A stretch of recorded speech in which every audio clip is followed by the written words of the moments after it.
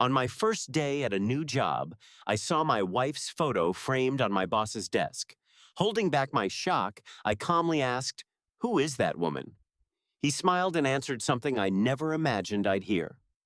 Have you ever looked at someone you love and suddenly wondered if you ever truly knew them? That question shattered my life before I had even finished my first morning at work. I wasn't expecting betrayal, I wasn't expecting a secret family, and I definitely wasn't expecting the man signing my employment papers to unknowingly hold the key to my wife's hidden past. What happened over the next few days changed my marriage forever. Not because my wife had been unfaithful, but because she'd spent her entire life hiding from the truth. My name is Ethan Brooks. I'm 37 years old, and my wife Claire and I had been married for 9 years. We lived in Denver, Colorado, raising two wonderful children while trying to rebuild after my previous employer went bankrupt. Landing a management position at Harrison Logistics felt like the fresh start our family desperately needed. Or so I thought. The company's headquarters overlooked downtown Denver. Everything about the place reflected success: glass walls, polished marble floors, and employees who moved with quiet confidence. My orientation ended with a meeting inside the CEO's office. Richard Harrison stood to shake my hand. He was in his early 60s, well-dressed, calm, and surprisingly welcoming. As he spoke about leadership and company values, my attention drifted to a silver picture frame sitting beside his laptop. The moment I looked at it, my heart stopped. The woman smiling back at me wasn't someone who merely resembled my wife. It was my wife. The same emerald green eyes, the same warm smile. Even the tiny scar above her left eyebrow from the bicycle accident she'd told me happened when she was 12. Every detail matched. I fought to keep my face expressionless. Finally, I asked as casually as I could, "Sir, who is that woman?" Richard smiled with unmistakable pride. "My daughter." Everything inside me froze. My daughter, Emily. Emily? No. My wife's name was Claire Brooks. At least, that's what I'd believed for nearly a decade. Before I could ask another question, Richard's assistant rushed into the office. "Sir, the board meeting has been moved up." He apologized and stood. "We'll continue your orientation tomorrow." I nodded, but I barely heard him. As I walked out of the building, one thought kept repeating in my mind. Who exactly did I marry? The drive home felt endless. Claire greeted me with a hug and asked how my first day went. Normally, I'd tell her every detail. Instead, I couldn't stop studying her face. Every smile suddenly felt unfamiliar. Every memory felt uncertain. "It went well," I finally said. She smiled. "That's a relief. My boss has a daughter." "So?" "I saw her picture." Claire nodded. "Okay." I took a slow breath. "She looks exactly like you." The color drained from her face. The coffee mug slipped from her hand and exploded across the kitchen floor. For several seconds, neither of us moved. Then she forced a nervous laugh. "I guess everyone has a twin somewhere." But I knew my wife. That wasn't surprise. That was fear. That night, she barely slept. Around 2 in the morning, I felt her quietly climb out of bed. Instead of following immediately, I listened. Soft footsteps, the back door opening, whispering. I carefully walked downstairs. She was outside on the patio, speaking on the phone. "I think he knows." Silence. "No, not everything." Another pause. "I don't know how much longer I can hide it." When she noticed me standing there, she immediately ended the call. Neither of us spoke, but the silence said everything. The next afternoon, Richard invited me to lunch. Halfway through the meal, he became unusually quiet.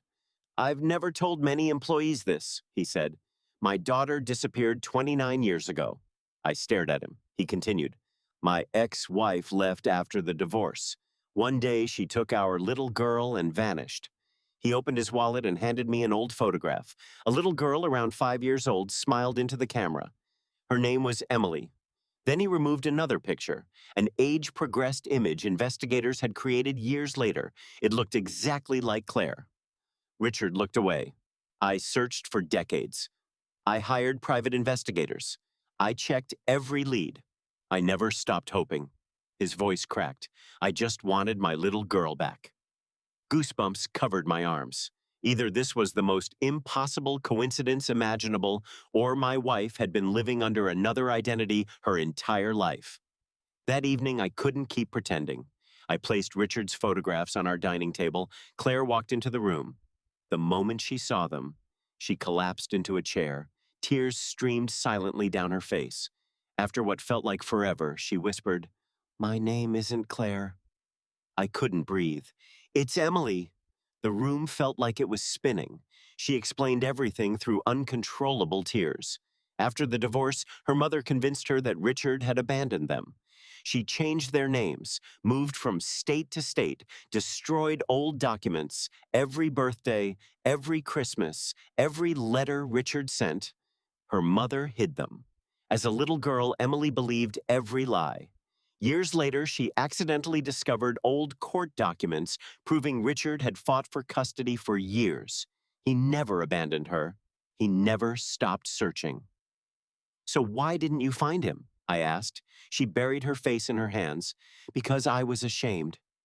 I spent my whole childhood believing he didn't love me. When I learned the truth, I didn't know how to face the father I'd blamed for 20 years. Then she looked at me with tears in her eyes. I wanted to tell you so many times, but I was terrified you'd think I was living a lie." I reached across the table and held her hand. "You weren't living a lie. You were surviving someone else's."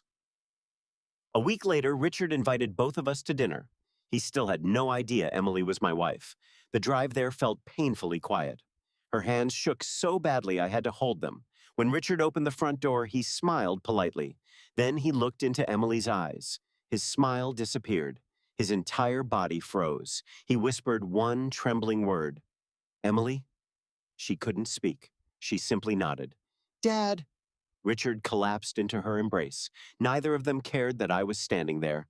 Nearly 30 years of grief, guilt, hope, and unanswered prayers poured out in tears. Later that evening, he showed us unopened birthday cards, Christmas presents still wrapped, photo albums he'd kept updating every single year. He had never stopped believing she'd come home. Months passed. Emily finally found peace. Richard finally became the grandfather he'd dreamed of being. Our children finally knew the family they never realized they had. One afternoon, Richard called me into his office. "I owe you more than you'll ever understand." He slid a folder across his desk. Inside was a promotion to Executive Operations Director. "I trust people who protect family." I laughed. "So, should I call you my boss or my father-in-law?" He grinned. "Both."